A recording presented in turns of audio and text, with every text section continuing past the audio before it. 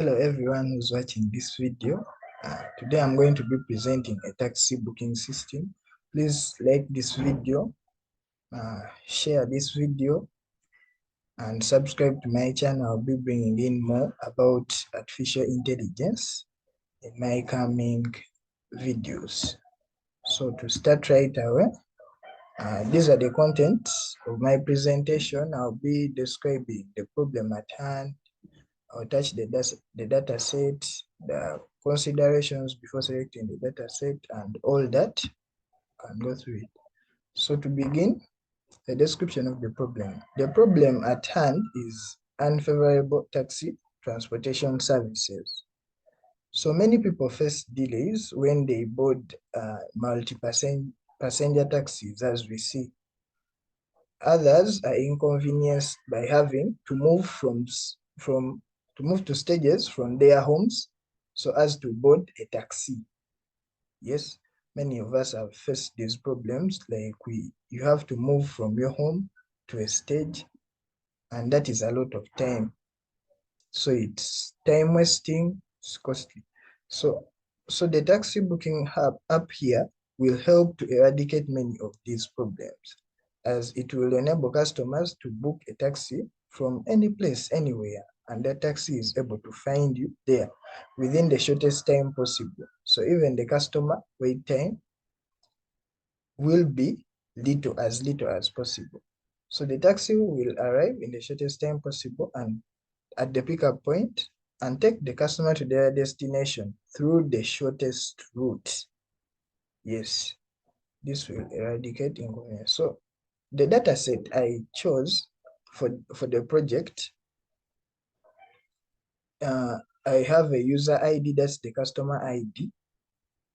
I have a booking ID, like when you book, like when a customer books a taxi, so you're given a booking ID. A vehicle type, like you can book several types of vehicles. Let me say you want a ride with the family. We shall have several types of taxis in here, or like an individual one. We have vehicle status. Is it booked at that moment or not? We have from area ID, and we have to area ID. Like from area ID is the pickup point. Then to area ID is the destination of the customer. Then travel type ID, like is it a long distance? Is it a short distance? As we shall see. And taxi fare, it is what you pay for the journey. Then we also have the drive duration. Drive duration, that is the time taken from the pickup point to the destination point. So what did I consider before selecting my data set? The method of capturing the features. It should be easy for me to capture, or for anyone to capture the data with the resources available. That is one factor I considered. Like before selecting my data set, I weighed the features there. Like, do I have the tools that can help me capture this data? And yes, ease to access of data. So the features stated in my dataset are available in the environment and easily accessible. It is not private data. I can easily get this data from anyone. The source of the data was also considered. I chose a dataset with features that are similar to those in my environment. So when choosing a dataset, look at your environment. Is that data applicable? Yes, is it applicable? Choosing, so that I also considered the features in the datasets before selection. Yeah. So important features in my dataset, I have drive duration, and this I'll be explaining this. This will be the estimated time the drive will take from the pickup point to the destination point, like when the ride starts till when the customer is dropped to their destination point. That I will train my model on this feature. Also, user ID, the ID of the customer, that is also based on their mobile number. Travel type ID, so travel type of travel, we have one, which is long distance, 2 point to point, which is short distance, and 3, hourly rental. So the hourly rental here can work well for the tourists who may wish to take hours around the city in the vehicle. Yeah, and long distance, yes, seen all that. And from area ID, that is a unique identifier of the area where the customer is to be picked from, like the pickup point. Then to area ID, the unique identifier of area where the customer is to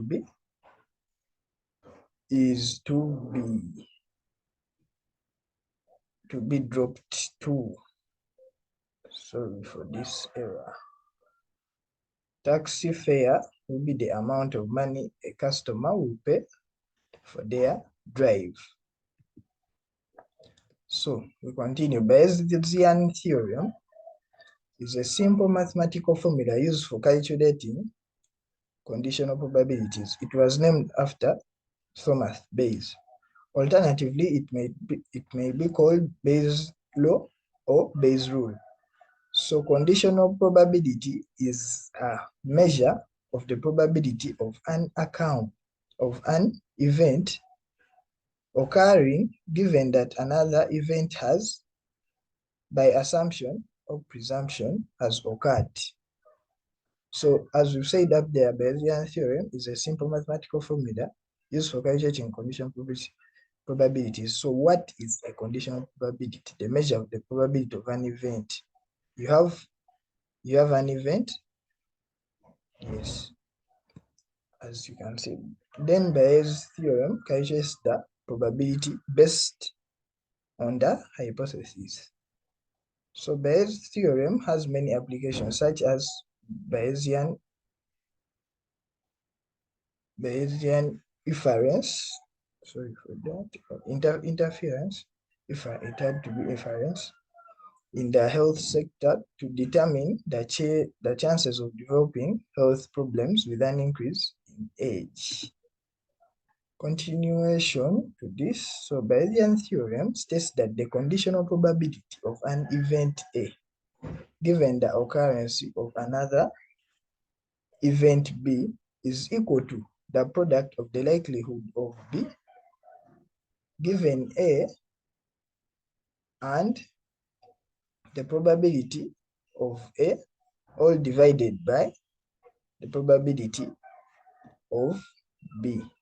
So as we can see here, the formula, probability of A occurring given B has already occurred is equal to probability of B occurring given that A has already occurred times the probability of event A over probability of B, where A and B are events and the probability of B cannot equal to 0.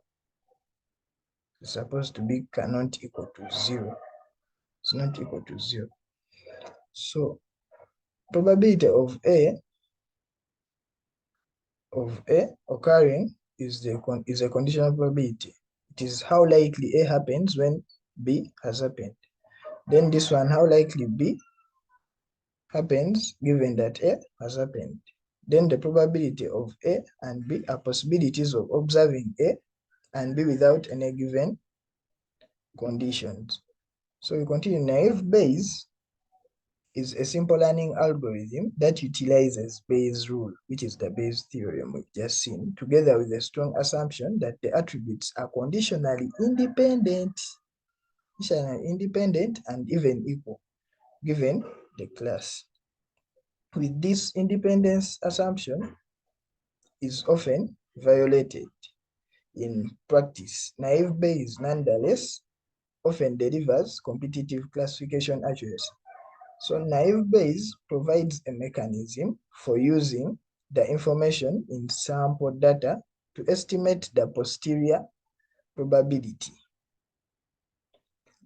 of each class Y given an object X. Once we have such estimates, we can use them for classification or other decision support applications. So naive Bayes is an algorithm, a step-by-step procedure of doing a task.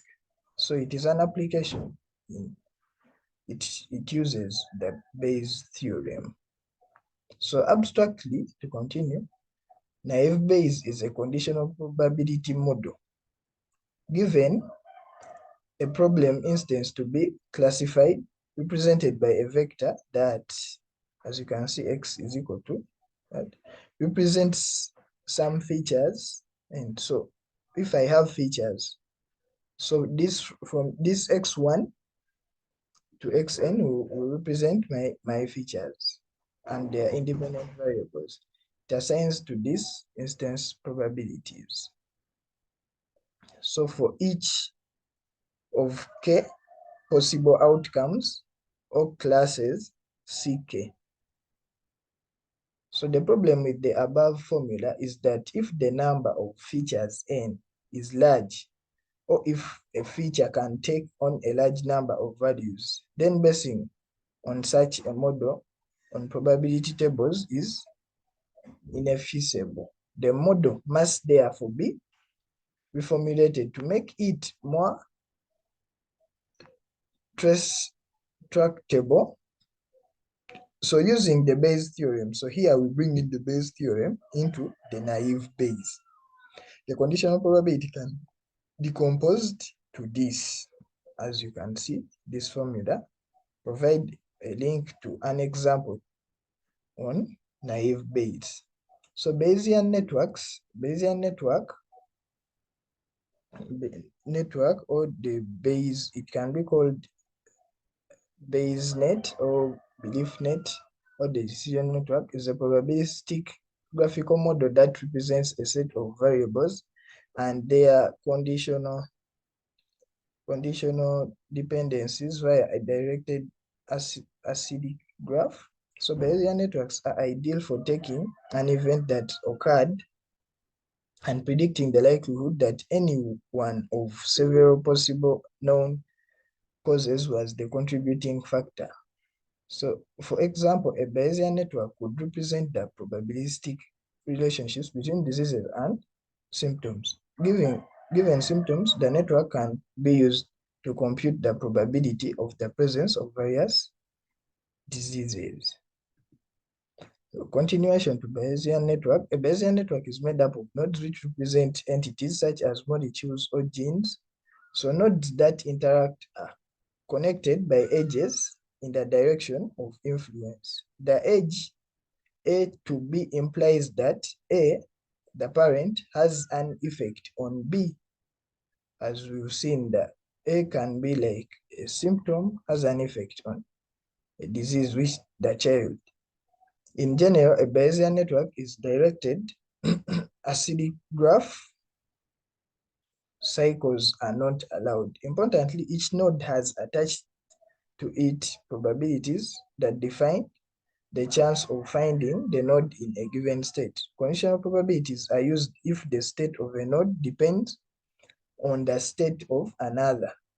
These dependencies propagate through the network and influence the probabilities of other nodes, which are updated as new information about the nodes becomes available. Thus, Bayesian networks are also called probabilistic causal models.